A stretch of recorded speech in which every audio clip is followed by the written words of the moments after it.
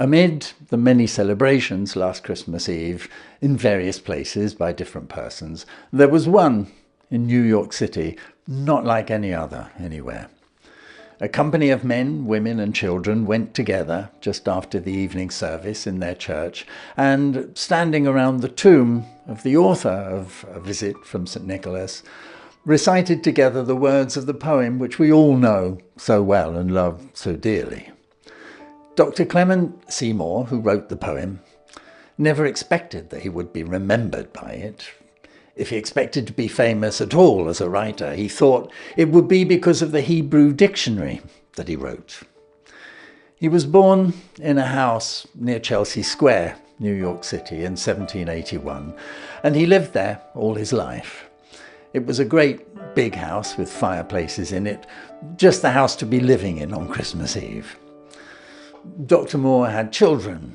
He liked writing poetry for them even more than he liked writing a Hebrew dictionary. He wrote a whole book of poems for them. One year he wrote this poem, which we usually call "'Twas the Night Before Christmas," to give to his children for a Christmas present. They read it just after they had hung up their stockings before one of the big fireplaces in their house. Afterward, they learned it and sometimes recited it, just as other children learn it and recite it now. It was printed in a newspaper, then a magazine printed it, and after a time it was printed in school readers. Later it was printed by itself with pictures. Then it was translated into German, French, and many other languages. It was even made into Braille, which is the raised printing that blind children read with their fingers. But never has it been given to us in so attractive a form as in this book.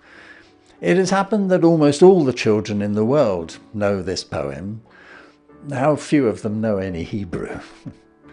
Every Christmas Eve, the young men studying to be ministers at the General Theological Seminary in New York City put a holly wreath around Dr. Moore's picture, which is on the wall of their dining room. Why?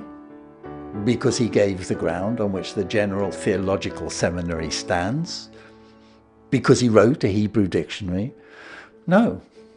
They do it because he was the author of A Visit from St. Nicholas. There I leave the introduction, and here is A Visit from St. Nicholas, or more commonly known these days as "'Twas the Night Before Christmas."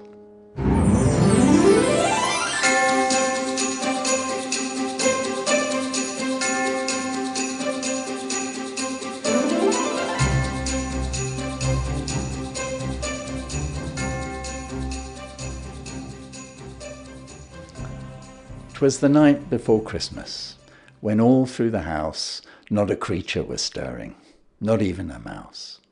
The stockings were hung by the chimney with care, in hopes that St. Nicholas soon would be there.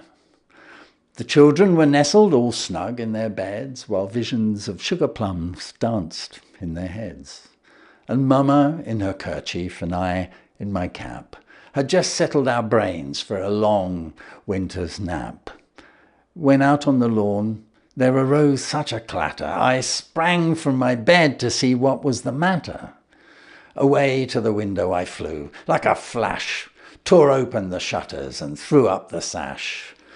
The moon on the breast of the new-fallen snow gave a lustre of midday to objects below, when what to my wondering eyes did appear but a miniature sleigh and 8 tiny reindeer.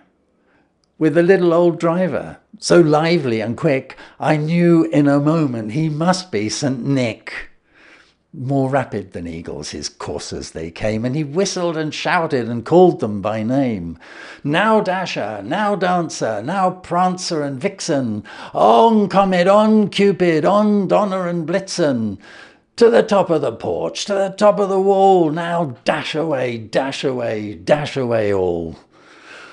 As leaves that before the wild hurricane fly, when they meet with an obstacle, mount to the sky, so up to the housetop the coursers they flew, with the sleigh full of toys, and St. Nicholas too. And then In a twinkling, I heard on the roof the prancing and pawing of each little hoof. As I drew in my head and was turning around, down the chimney St. Nicholas came with a bound. He was dressed all in fur from his head to his foot, and his clothes were all tarnished with ashes and soot. A bundle of toys he had flung on his back, and he looked like a peddler just opening his pack. His eyes, how they twinkled, his dimples, how merry. His cheeks were like roses, his nose like a cherry. His droll little mouth was drawn up like a bow, and the beard on his chin was as white as the snow.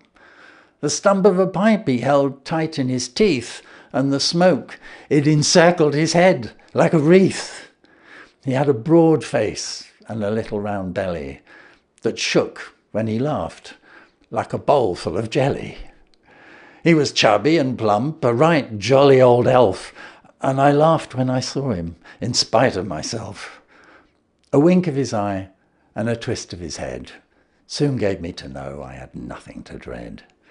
He spoke not a word, but went straight to his work and filled all the stockings, then turned with a jerk, and laying his finger aside of his nose and giving a nod, up the chimney he rose. He sprang to his sleigh, to his team, gave a whistle, and away they all flew, like the down of a thistle. But I heard him exclaim, ere he drove out of sight, "Happy Christmas to all, and to all, good night." And there it is. Happy Christmas. Oh.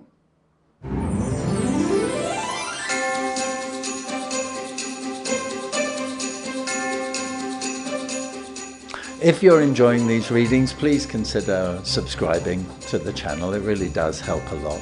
And thank you